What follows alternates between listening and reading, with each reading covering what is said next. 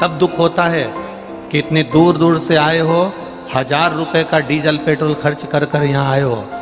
चलाने वाला तो कह देता है कि अब क्या करें, नहीं आ रही तो आवाज, परंतु समझना पड़ेगा कि ये भाव और श्रद्धा को लेकर बड़ी दूर दूर से आते हैं।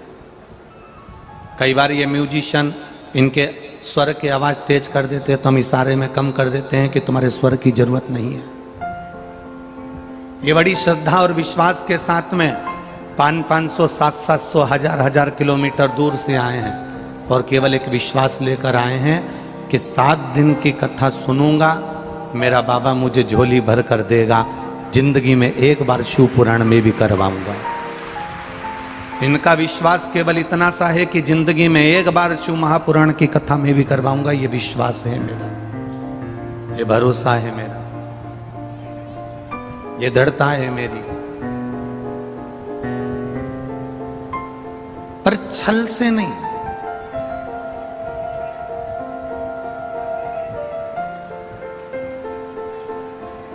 छल से नहीं, एक विश्वास के साथ,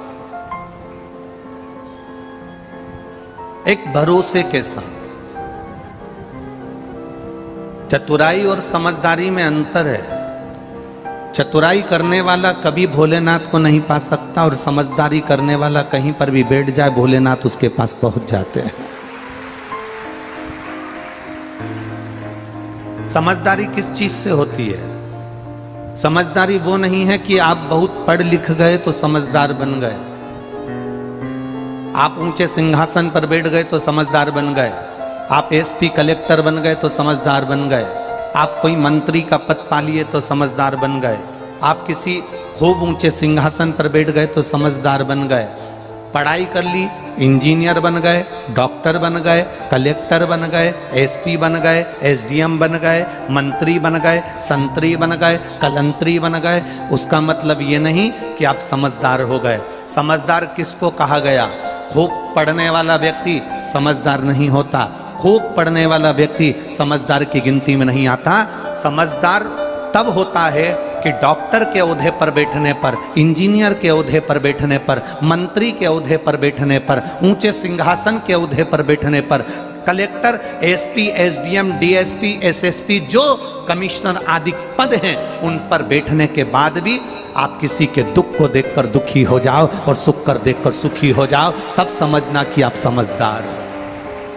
ये डिग्रियां तो कोई भी प्राप्त कर सकता है, डिग्रियों के बल पर तो कोई भी पद प्राप्त कर सकता है। कोई डॉक्टर बन सकता है, कोई इंजीनियर बन सकता है, कोई कलेक्टर बन सकता है, कोई मंत्री बन सकता है, कोई ऊंचे ऊंचे सिंहासन पर बैठ सकता है। उसमें समझदारी का पद नहीं होता। समझदारी डिग्रियों से नहीं आती, समझदारी वो आती है जो हमारे घर से दी जाती है। माँ बाप, घर के माता पिता अपने बच्चों को जो संस्कार देते हैं, कोई भूखा है उसको भोजन करा देना, कोई प्यासा है उसको पानी पिला देना। आप गाड़ी से जा रहे हो, पड़ोस का व्यक्ति नीचे गिर गया, आप खुश होकर अपनी गाड़ी आगे बढ़ाकर चले गए। बड़ी बड़ी गाड़ियों में आप बैठ कर जा रहे हो और सोचते हो मेरे पास में ये पद है, मेरे पास में ये प्रतिष्ठा है, मैं समझदार हूं। इसको समझदार नहीं कहा गया। किसी गिरे हुए को उठाकर हॉस्पिटल तक पहुंचा देना ये समझदारी कहलाती है। किसी भूखे को भोजन करा देना ये समझदारी कहलाती है। किसी प्यासे को पानी पिला देना ये समझदारी कहलाती है। संत एकनाथ जी के पास में, पैठन के पास में आप रहते हो, वो संत एकनाथ जिन्होंने गधे को भूखा प्यासा देखा तो गंगा जल ले जाकर पिला दिया, वो संत एकनाथ की पीठ के पास आप निवास कर रहे हो। कलेक्टर कोई भी बन सकता है, पद कुर्सी किसी को भी मिल सकती है, सीए कोई भी बन सकता है, इंजीनियर कोई भी बन सकता है, डॉक्टर कोई भी बन सकता है। आप अच्छी पढ़ाई करो, एमबीए कोई भी कर सकता है, बीबीए कोई भी कर सकता है, ऊंचे सिंहासन पर कोई भी बैठ सकता है, फैक्ट्रियां कोई भी लगा सकता है। पर समझदारी का मतलब वो होता है कि किसी के दुख को देखकर आप दुखी हो जाएं और किसी के सुख को देखकर सुखी हो जाएं। पराये दर्द को अपनाए उसे इंसान कहते हैं। जो पराये का भी माल खुद खा जाए उसे हैवान कहते हैं। अब इंसान और हैवान में अंतर हो जाता है। जो दूसरे के दर्द को समझे, दूसरे के दुख को समझे, दूसरे के कष्ट को समझे, वो समझदारी है। उसे समझदारी कहते हैं।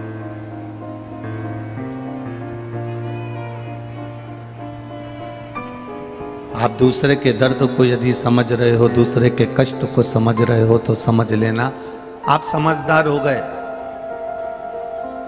घर का एक बड़ा व्यक्ति, घर का एक पिता, घर का एक भाई, घर का एक बुजुर्ग, घर का बड़ा, घर में बुजुर्ग व्यक्ति को, घर के बेटे एक बुजुर्ग व्यक्ति को सम्मान नहीं दे रहे। घर का बड़ा व्यक्ति एक बुजुर्ग व्यक्ति का आदर नहीं कर रहा, और घर का एक छोटा सा बच्चा अपने दादाजी को एक गिलास पानी भर कर दे रहा है, तो बाप समझदार कि बेटा समझदार? बोलो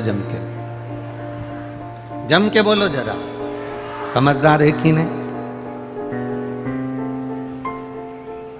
पिता समझदारी क्यों नहीं कर रहा? क्योंकि पिता को लग रहा है कि मेरे पिताजी ने अपनी जायदाद छोटे बेटे को दे दी, जब इनने इतनी चतुराई करी तो मैं भी इनके साथ चतुराई करूंगा, नहीं देना पानी मेरे को। अब इसको चतुराई कहते हैं, पर जो छोटा सा बच्चा है उसके अंदर चतुराई नहीं आई है। छोटे से बच्चे के अंदर चतुराईता नहीं आई है। छोटे से बच्चे ने देखा मेरी दादी पूजन कर रही है, छोटा बच्चा उनके पास जाकर बैठ गया, बुझी हुई अगरबत्ती की डंडी पकड़कर वो भी घुमाने लगा। इसको समझदारी कहते हैं। दादी को प्यास लगी, पानी लाकर दे दिया। माँ मना कर रही है, दादी के कमरे में मत जाना, उन्हें दमे की बीमारी हो रही है, उन्हें पीलिया हो गया, उन्हें टीबी हो गई, उन्हें ये हो गया, उन्हें वो हो गया। दादा के कमरे में मत जाना, दादा को खांसी चल रही है, उनको इन्फेक्शन हो रहा है। दादी के कमरे में मत जाना, उनको इन्फेक्शन हो रहा है। पत्नी ने अपने पति को रोक लिया, पति ने अपनी पत्नी को रोक लिया, देवरानी ने जेठानी को रोक लिया, पर घर का एक छोटा सा बच्चा ऐसा होता है जिसको बीमारी का भी भान नहीं होता। वो अपने दादा दादी से प्रेम करता है, इसलिए उनके कमरे में दौड़कर चले जाता है। चतुराई तुमको आती होगी, पर उस बच्चे को चतुराई नहीं आती महाराज। आज कथा में लोगों को थोड़ा बुरा लग सकता है, पर एक बात कहना चाहेंगे।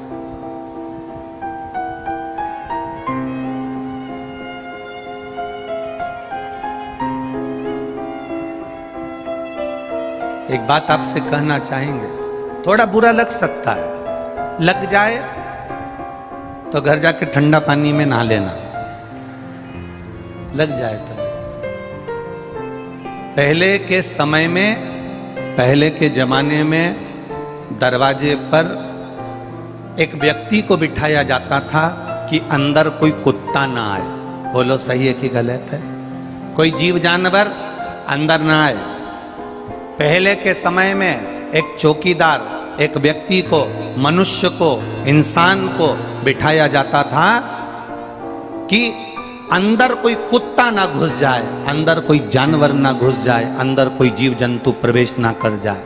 आज के जमाने में दरवाजे पर कुत्ते को बिठाया जाता है कि कोई इंसान अंदर प्रवेश ना कर जाए। बदलाव देखिए, कितना बदलाव है। कुत्ते को साबुन से नहला रहे हो और अपने आप को गौरव महसूस कर रहे हो कि मैंने कुत्ता नहलाया। कुत्ते की चेन पकड़कर, कट का चड्डा पहनकर, क्या बोलते हैं भगवान, हम तो जानते भी ना है। हाँ वो समझ गए ना, तुम लोग समझ गए ना, बस इतना इतना बरबुंडा, इतना इतना। अब उसको पहनकर, टी शर्ट पहनकर सवेरे सवेरे मॉर्निंग वॉक में कुत्ता घुमा रहे, तो अपने आप को ऐसा महसूस कर रहे कि मैं दुनिया का सबसे बड़ा सेठ हूं।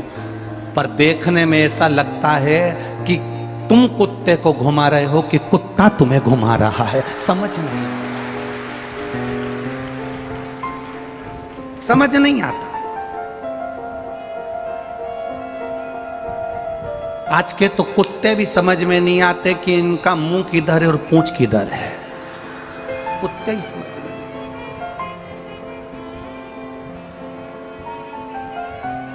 और तो और फिल्मों में कुत्ते का चरित्र इतना दिखाया कि कुत्ते को गोदी में लेके हीरोइन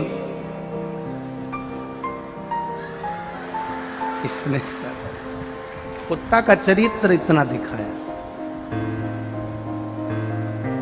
अब जितने लोग वो फिल्म देख रहे थे उतने लोग मन में सोच रहे थे हम ही कुत्ता बन जाते। अब जिसको भगवान शरीर दिया और परमात्मा संत बनने के लिए दिया और वो अपने आप को कुत्ता बनाने का प्रयास कर रहा, जरा समझिएगा।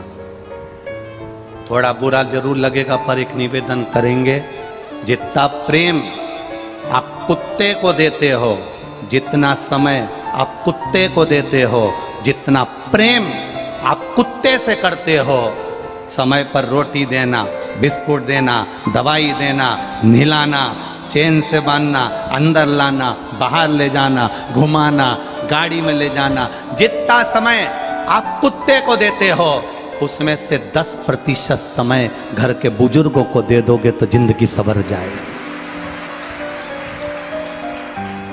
केवल 10% समय घर के बूढ़े व्यक्ति को देना चालू कर दो तो जिंदगी संवर जाएगी। कुत्ते से लाड लड़ाओगे तो अगला जन्म तुम्हारा कुत्ते का पाओगे, पर बुजुर्गों से लाड लड़ाओगे तो उनके आशीर्वाद से कब करोड़पति बन जाओगे पता नहीं चल पाएगा।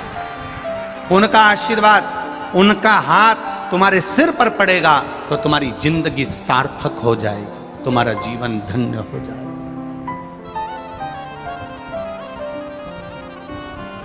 करो प्रेम, अगर करना ही है तो गौ माता से प्रेम कर लो, गाय के बछड़े से प्रेम कर लो, गाय की बछिया से स्नेह कर लो। प्रेम करो, प्रेम श्वान से नहीं, कुत्ते से नहीं।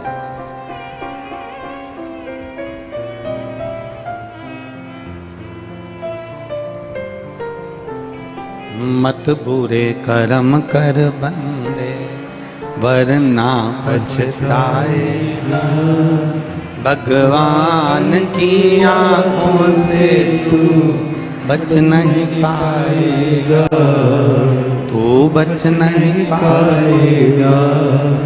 अरे ओ अज्ञानी मत करना, अरे ओ अज्ञानी मत करना, तेरे कर्म का फल भी तू ही पाएगा, जैसा किया तूने तेरे आगे आएगा। मत बुरे कर्म कर बंदे वरना पछताएगा, भगवान की आंखों से तू बच नहीं पाएगा, तू बच नहीं पाएगा। अरे ओ अज्ञानी मत करना गानी, अरे ओ अज्ञानी मत करना गानी। चतुराई बच्चों को नहीं आती, चतुराई भोले व्यक्ति को नहीं आती।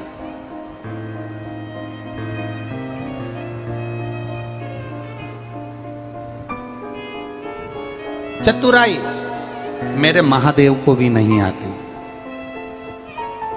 भस्मासुर ने वर मांगा, ऐसा वर दे दो मैं जिस पर हाथ रखूं वही भस्म हो जाए। अगर चतुराई आती तो भस्म होने का आशीर्वाद देते क्या? नहीं। भोले थे, चतुराई नहीं आती। समझदारी थी मेरे भोलेनाथ में, पर उन्होंने वर दे दिया तू जिस पर हाथ रखे वही भस्म। चतुराई थी उस भस्मासुर में जो शिवजी पर ही हाथ रखने चला गया। चतुराई थी भस्मासुर में तो वो शिवजी पर हाथ रखने चला गया। शंकर जी दौड़ते दौड़ते दौड़ते दौड़ते दौड़ते दौड़ते भगवान विष्णु के पास पहुंच गए, क्योंकि उनको मालूम है ये भी चतुर है तो उसका नाम भी चतुर नारायण है, मैं उसके पास चले जाऊं। अगर ये चतुर है तो मैं चतुर नारायण के पास चले जाता हूं और चतुर नारायण के पास पहुंच जाता।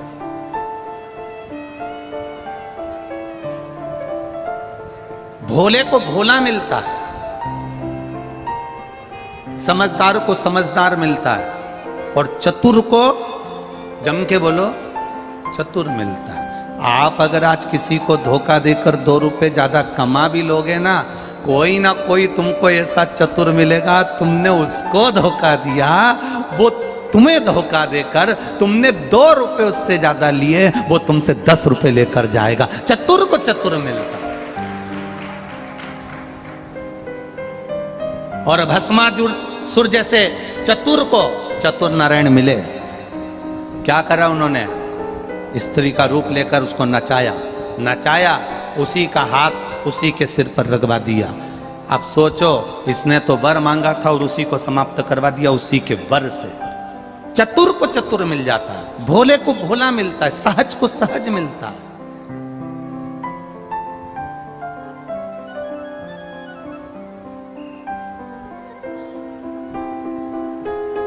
जिनको लगता है मेरी शादी होगी तो ना जाने सास कैसी मिलेगी, जिसको लगता है मेरी शादी होगी ना जाने ननद कैसी मिलेगी, मेरा उनसे निवेदन है, अगर आप अच्छे हो ना तो आपको ये कुछ कहने की जरूरत नहीं है। आप सरल हो ना, आप अच्छे हो ना, तो दुनिया में सब तुमको अच्छे मिलेंगे। जब हम बुरे होंगे तो दुनिया में सब बुरे मिलेंगे। एक नई लड़की शादी कर ससुराल में गई। ससुराल में जाने के बाद उसने सहेलियों ने कह दिया था सास बड़ी बुरी होती है, ननद बड़ी बुरी होती है, इसका काम केवल चोटाई करना और चुगली करना होता है।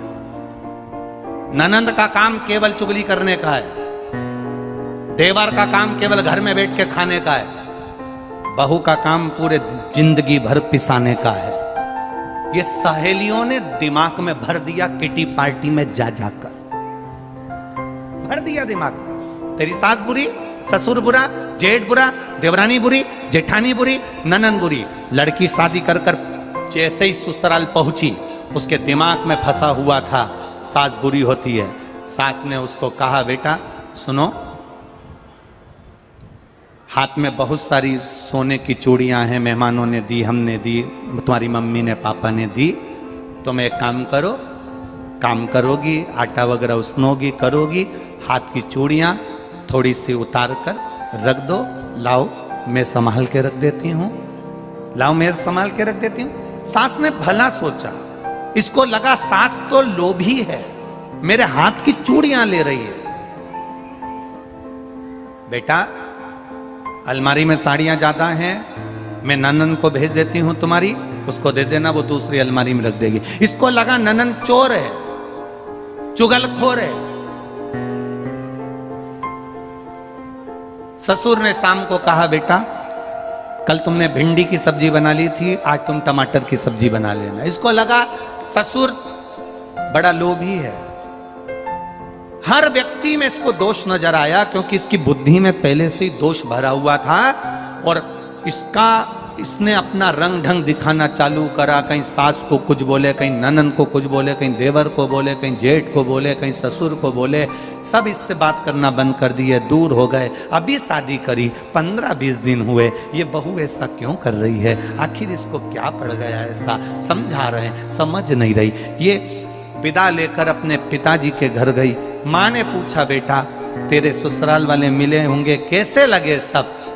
बेटी ने कह दिया सास नंबर 1 की बेकार, ससुर लोभी, ननन चुगलखोर, देवर मक्कार बैठे बैठे खाता है, जेठ और बुरा, जेठानी सबसे गंदी, और मेरा पति वो तो राक्षस है।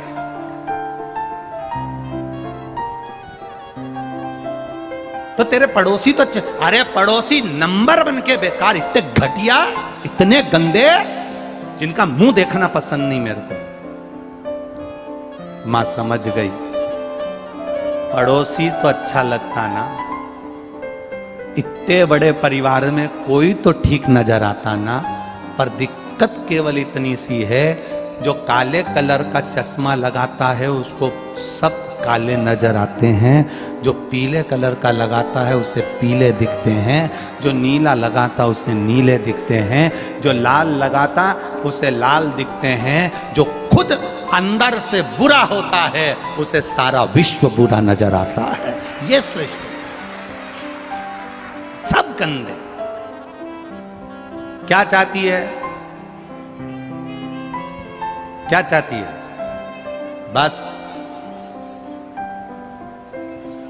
अगर एक सुधर गई ना तो सब सुधर गए। कौन? मेरी सास की बहुत चलती है, मां मेरी सास का मुंह बंद कर दो बस, या ऐसा मुझे स्लो पॉइजन दे दो कि ये धीरे धीरे करके मर जाए। सास, इसकी मां जो थी उसने अपने पति से कहा जो डॉक्टर था, तुम्हारी बेटी को स्लो पॉइजन चाहिए सास के लिए। डॉक्टर कभी किसी को मारना नहीं चाहता, जब तक दम लगती है उसको बचाने का प्रयास करता है। जब तक उसमें श्वास है तब तक डॉक्टर भी आस देते रहता है कि बच सकता है, बच सकता है। डॉक्टर ने अपनी पत्नी से कहा ये पुड़िया ले जाओ, बेटी को दे दो। बेटी से कहना रोज थोड़ा थोड़ा चाय में डाल देना, पर बेटी से कहना अब सास 1.5 महीने में मर जाएगी तो 1.5 महीने में उससे झगड़ा मत करना। अब मरने तो वाली है ना तो उससे प्रेम करना, जो बन सकता वो बोले भी तो तू चुप रह लेना, वो आड़ा टेढ़ा कहे तू मौन रहना, ठीक है। थोड़ा थोड़ा सा डालना, सास मर जाएगी। बहू फिर पहुंची ससुराल, चाय बनाती उसमें थोड़ी सी डाल देती, डालती सास को दियाती। सास कुछ भी बोलती बहू सुन लेती।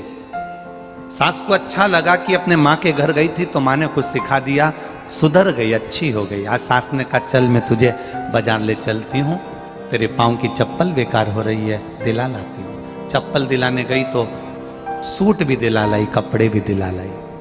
उसने कहा माँ मेरे हाथ की अंगूठी खराब हो गई, माँ ने उसको तोड़वा के दूसरी बड़ी सारी बनवा दी, चल। सास बहू में 15 दिन में इतना प्रेम हो गया, इतना प्रेम हो गया, इतना प्रेम हो गया। बेटी दौड़कर अपनी माँ के पास वापिस मायके जाकर कहती है माँ पिताजी से कह दो मैं अपनी सास को मरता हुआ नहीं देखना चाहती, उसको वापिस जिंदा कर दे। हम सुधर गए, हम अपने आप को संवार लें।